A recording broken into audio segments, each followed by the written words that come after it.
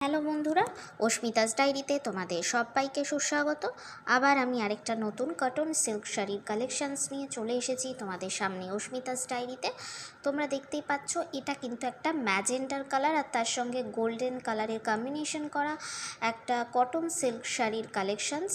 এই শাড়িটা কিন্তু সামারের জন্য উপযুক্ত একটা শাড়ি। আর হালকা ওয়েটের শাড়ি যেহেতু সামারে আমরা পরতে বা ক্যারি করতে পছন্দ করি, তাই এই ধরনের শাড়ির কালেকশানস কিন্তু রাখাই যায়। তোমরা দেখেই নিয়েছো, প্রথমেই কিন্তু শাড়িটার সঙ্গে উইথ ব্লাউজ পিস রয়েছে।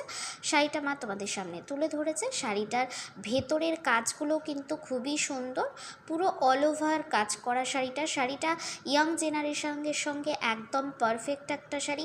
শাড়ির আঁচলটাও কিন্তু খুবই সুন্দর।